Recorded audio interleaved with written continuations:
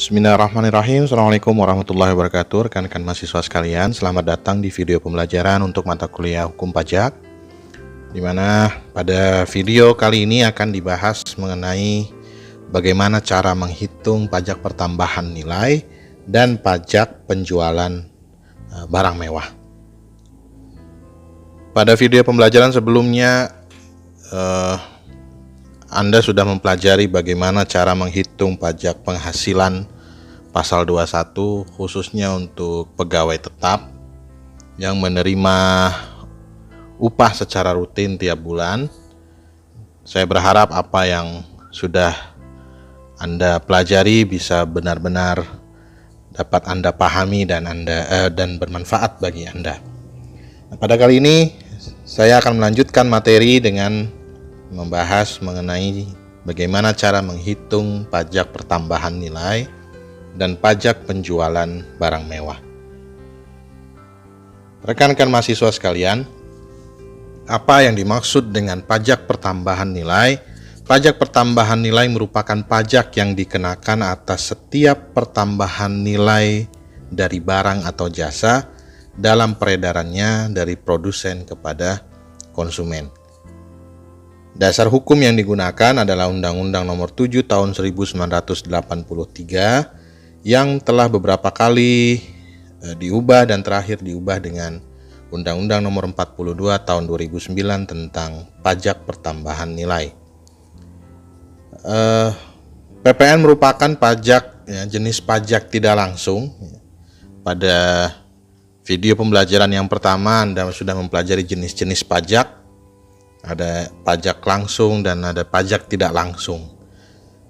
PPN ini termasuk pajak yang tidak langsung karena dikenakan dan disetorkan oleh pengusaha kena pajak. Tetapi sebetulnya PPN ini dibebankan kepada konsumen akhir. Jadi ketika konsumen membeli suatu barang, maka konsumen pada saat yang bersamaan juga harus membayar PPN atas barang yang dia beli. PPN tersebut kemudian dibayarkan atau diserahkan kepada pengusaha kena pajak, dan pada saatnya nanti pengusaha kena pajak akan menyetorkan PPN-nya kepada pemerintah. Jadi yang berkewajiban memungut, menyetor, dan melaporkan PPN adalah para penjual, para pedagang, para pengusaha kena pajak. Walaupun sebetulnya yang berkewajiban membayar PPN adalah konsumen akhir. Rekan-rekan mahasiswa sekalian, berbicara mengenai cara menghitung pajak pertambahan nilai, ada dua istilah yang perlu Anda semua pahami, karena ini akan sangat berkaitan erat dengan bagaimana menghitung PPN. Yang pertama ada istilah pajak keluaran. Apa yang dimaksud dengan pajak keluaran? Pajak keluaran adalah PPN yang dipungut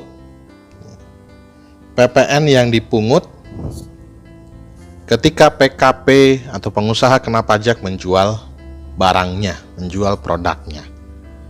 Yang PPN yang dipungut oleh PKP ketika PKP menjual barang ke konsumen. Adapun pajak masukan adalah pajak PPN, PPN yang dibayar oleh PKP ketika PKP membeli atau memperoleh maupun membuat produknya. Jadi, misalnya ada seorang pengusaha kena pajak yang berjualan handphone. Nah, ketika dia menjual handphone, maka dia memungut pajak PPN dari konsumen.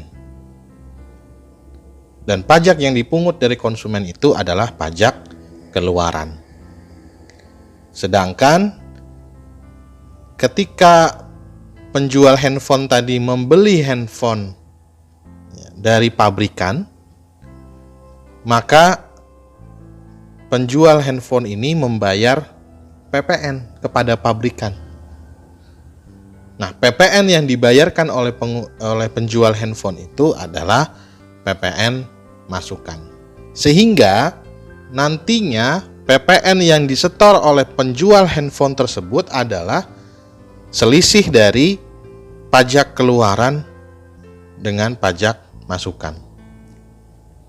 Jadi ketika pajak keluaran lebih besar daripada pajak masukan, maka hasil dari pengurangan itu adalah PPN yang harus disetor oleh penjual handphone tadi kepada Fiskus, kepada pemungut pajak, kepada pemerintah, yang harus dilaporkan dan harus disetor.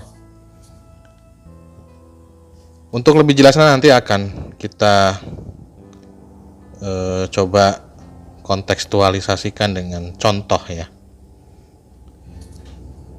Jadi seorang PKP dalam melaksanakan usahanya akan dikenakan PPN dari barang dan jasa yang dia beli untuk keperluan usahanya. Dan PPN atas barang dan jasa yang dibeli oleh PKP untuk keperluan usahanya ini adalah pajak masukan. Jika barang dan jasa yang dibeli tadi kemudian dijual lagi kepada konsumen atau kepada pihak lain, maka PKP memungut PPN dari orang yang membeli barang dan jasa darinya. Dan pajak yang dipungut itu merupakan pajak keluaran. Saya berharap Anda di sini benar-benar sudah memahaminya, ya, karena kalau tidak paham, maka cara menghitung PPN Anda akan juga kebingungan. Sehingga sebelum melangkah lebih jauh, Anda pahami terlebih dahulu apa yang dimaksud dengan pajak keluaran dan apa yang dimaksud dengan pajak masukan. Rekan-rekan mahasiswa sekalian, apabila dalam suatu masa pajak keluaran lebih besar daripada pajak masukan, maka selisihnya merupakan PPN yang harus disetor oleh PKP ke kas negara. Ini yang saya jelaskan tadi. Jadi ada penjual handphone, dia berbelanja handphone dari pabrikan. Dia membayar PPN. Nah, PPN yang dia bayar itu adalah pajak masukan. Besoknya kemudian dia menjual handphone yang sudah dia beli dari pabrikan kepada konsumen. Nah, konsumen membayar PPN atas barang yang dia beli kepada si penjual handphone tadi. Nah, itu adalah pajak keluaran. Nah, selisih antara pajak keluaran dengan pajak masukan itulah kemudian PPN yang harus disetor oleh si penjual handphone. Jadi ketika pajak keluarannya setelah dihitung selama masa pajak, ternyata pajak keluarannya lebih besar daripada pajak masukan, maka selisihnya itulah yang kemudian PPN yang harus dilaporkan dan harus disetorkan penjual handphone tadi ke kas negara. Sebaliknya, jika kemudian pajak masukan lebih besar daripada pajak keluaran, maka selisih di antara pajak masukan dan pajak keluaran itu merupakan kelebihan pajak yang dapat dikompensasikan pada masa pajak berikutnya. Nanti akan kita coba kontekstualisasikan dengan contoh. Rekan-rekan mahasiswa sekalian, tarif PPN itu adalah menggunakan tarif 10%, ya, tarif tunggal 10%. Adapun untuk barang ekspor, ya, untuk penyerahan dalam negeri itu 10%, ya, penjualan dalam negeri. Untuk barang ekspor itu tarif PPN-nya adalah 0%. Ekspor jasa juga 0%. Lalu yang selanjutnya, tarif pajak tersebut dapat berubah, ya, bisa saja berubah. Yang jelas minimal 5%, maksimal 15%. Itu ketentuannya. Bagaimana cara menghitung PPN? Ya. Jadi PPN yang dipungut itu adalah tarif dikali dasar pengenaan pajak atau DPP. Apa saja dasar pengenaan pajak itu? Dasar pengenaan pajak itu bisa berupa harga jual, ya. Tentu kalau harga jual setelah dikurangi laba kotor, ya, untuk pemakaian sendiri, pemberian cuma-cuma, dan penyerahan dari pusat ke cabang atau sebaliknya. Pemberian cuma-cuma itu maksudnya hadiah, sumbangan itu bisa. Ya, jadi ketika ada pengusaha kena pajak menyumbang, maka PPN-nya itu adalah dari harga jual, ya, setelah dikurangi laba kotor.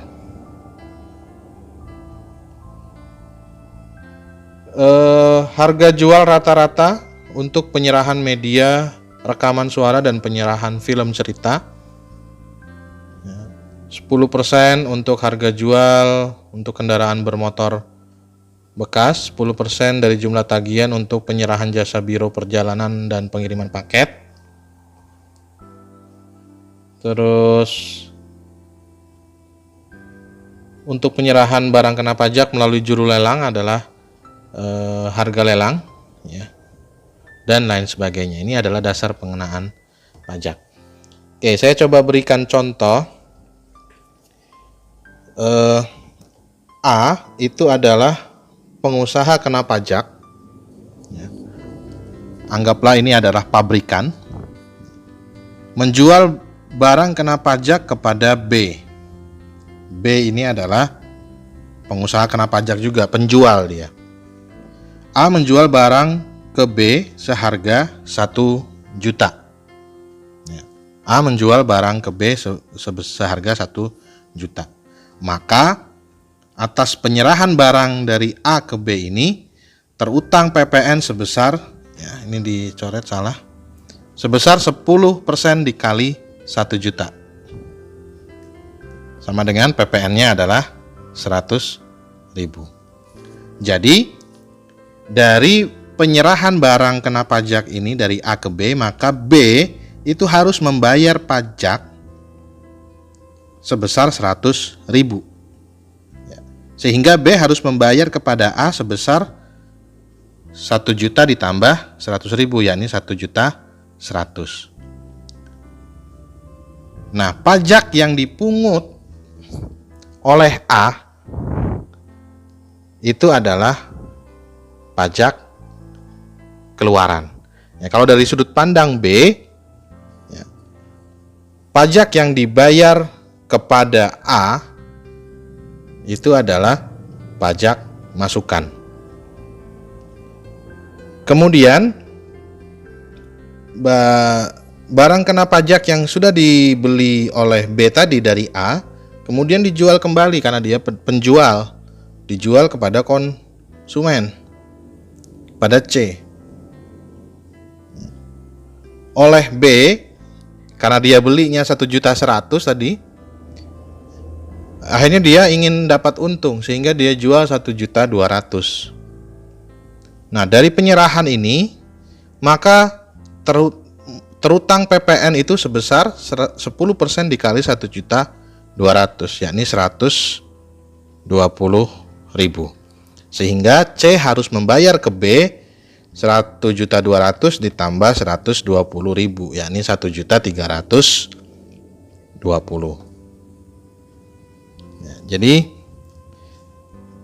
PPN, ya, ini kita mandangnya dari sudut pandang B sebagai PKP. Tadi yang pertama, Pak B membayar pajak kepada A atas barang yang dia beli, itu adalah pajak masukan. Sedangkan B menjual kembali barang yang dia beli tadi dan kemudian memungut pajak dari C, itu adalah pajak keluaran, ya. Jadi ini kita memandangnya dari sudut pandang B. Maka sudah ada pajak masukan dan ada pajak keluaran. Nah, pajak yang dipungut oleh A ini dari sudut pandang B, pajak yang dipungut ini dari sudut pandang A, ya. Pajak yang dipungut oleh A dari B itu adalah pajak keluaran, ya. Karena dia A menjual barang. Nah, B selaku pembeli, ya, B selaku pembeli membayar PPN kepada A, ya, membeli barang dari A dan kemudian membayar PPN kepada A, itu adalah pajak masukan. Pada awal bulan berikutnya, ya, kemudian PKPB memperhitungkan pajak masukan dan pajak keluaran, ya. Jadi ini kita memandangnya dari sudut pandang B. B membeli barang dari A, itu adalah pajak masukan.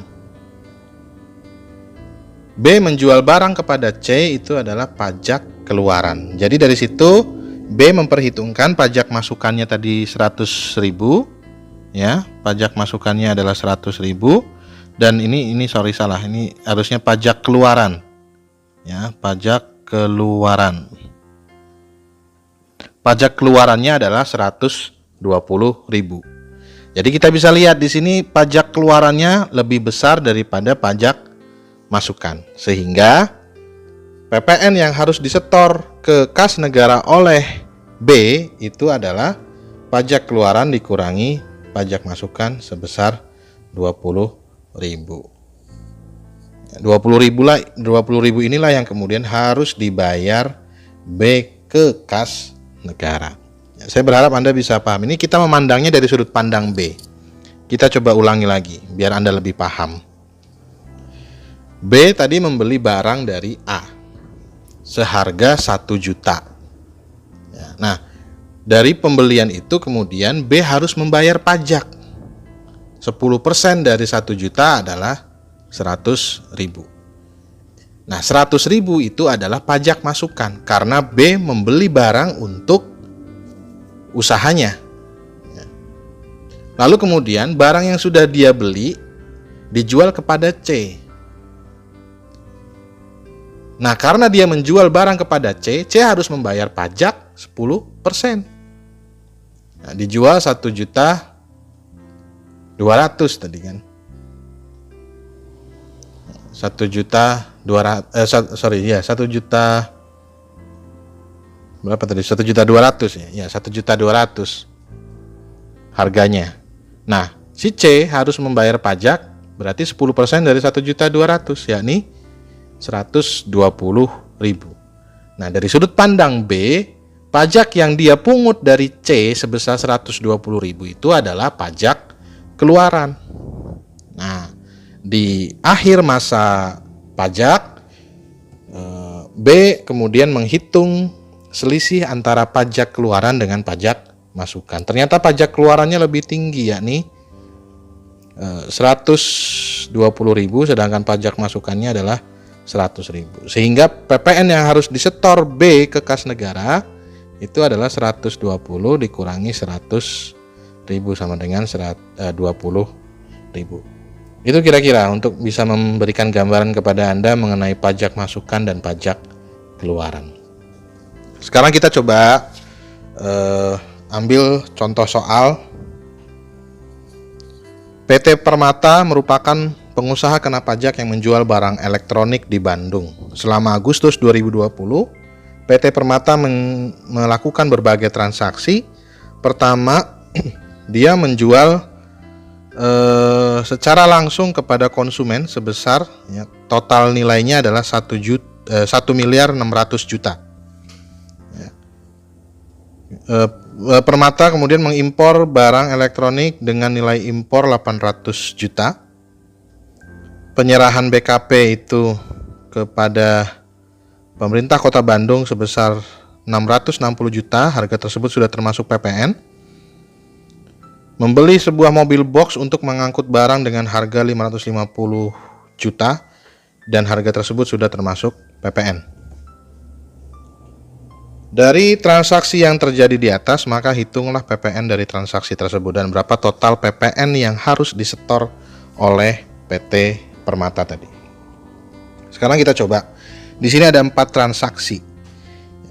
Dari sini kita bisa memberikan gambaran dulu bahwa mana yang pajak keluaran, mana yang pajak masukan. Penjualan kepada konsumen berarti PT Permata menjual barang elektronik kepada konsumen, maka itu adalah pajak keluaran (PK).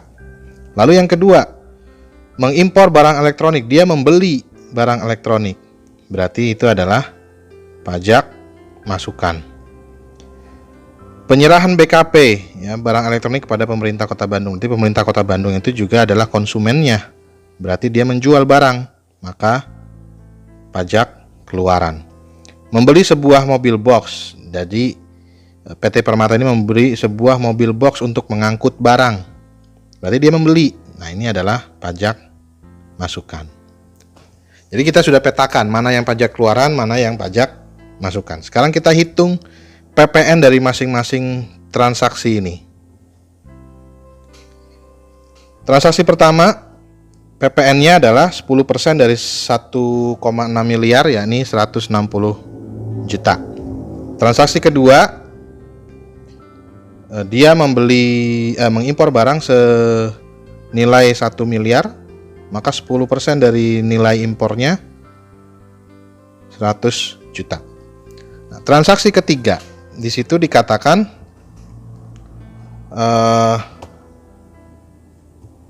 sudah termasuk dengan PPN. Harga yang tertera di soal itu sudah termasuk dengan PPN.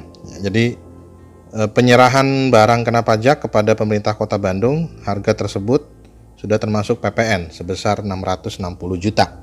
Berarti kita harus mengeluarkan dulu unsur PPN-nya dari soal agar kita bisa tahu harga asli barangnya berapa.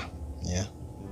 Jadi caranya adalah rumusnya, kalau soalnya di situ dikatakan sudah termasuk PPN, maka rumusnya adalah kita cari DPP-nya dulu.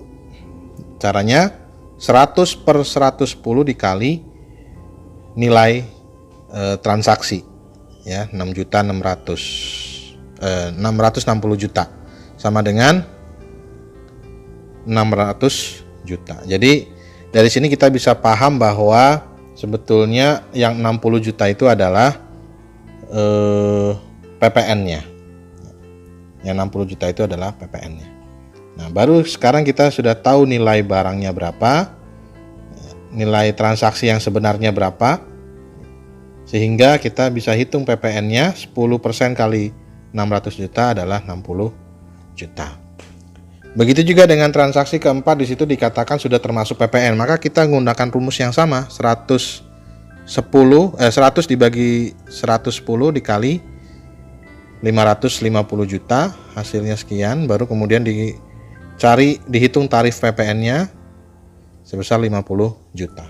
Nah, sekarang kita hitung selisih antara pajak keluaran dengan pajak masukan. Kira-kira mana yang lebih besar? Apakah pajak keluaran atau pajak masukan? Ternyata pajak keluaran itu, apa saja pajak keluaran? Yang 160 juta dengan 60 juta, berarti 220 juta. Sedangkan pajak masukannya itu ada yang 100 juta dan 50 juta, berarti total 150. Sehingga dari sini kita bisa menyimpulkan bahwa pajak keluaran jauh lebih besar dibanding pajak masukan. Sehingga PT Permata ini harus menyetor PPN kepada kas negara sebesar berapa? Sebesar 70 juta. Didapat dari pajak keluaran dikurangi pajak masukan.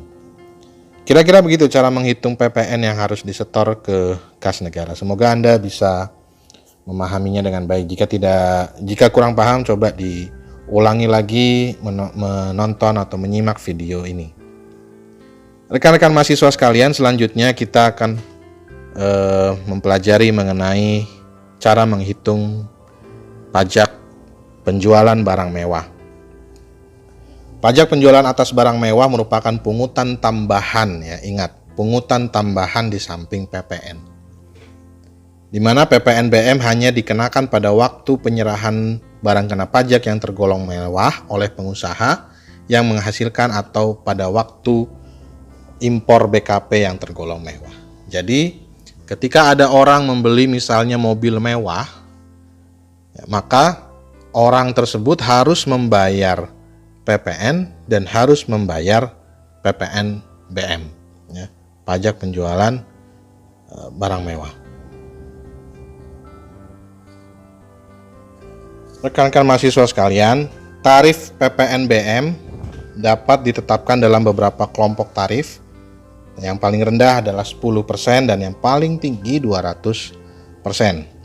Ketentuan tarif kelompok BKP yang tergolong mewah yang dikenai PPNBM ini diatur oleh peraturan pemerintah, sedangkan ketentuan mengenai jenis barang yang dikenai PPNBM itu diatur oleh peraturan Menteri Keuangan. Adapun untuk ekspor barang kena pajak yang tergolong mewah dikenai pajak dengan tarif 0%.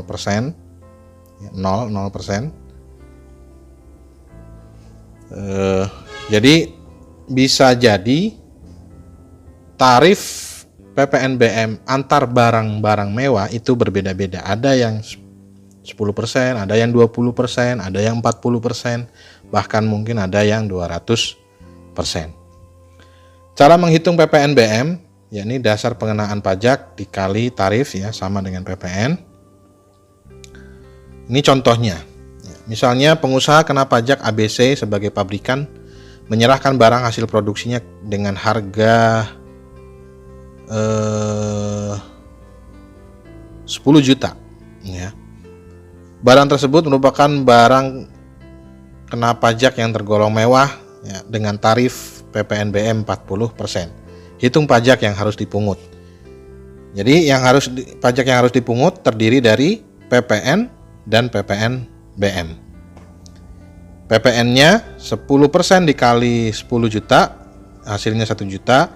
PPNBM yang dipungut 40% dikali 10 juta sama dengan 4 juta. Sehingga total pajak yang harus dipungut adalah sebesar 5 juta.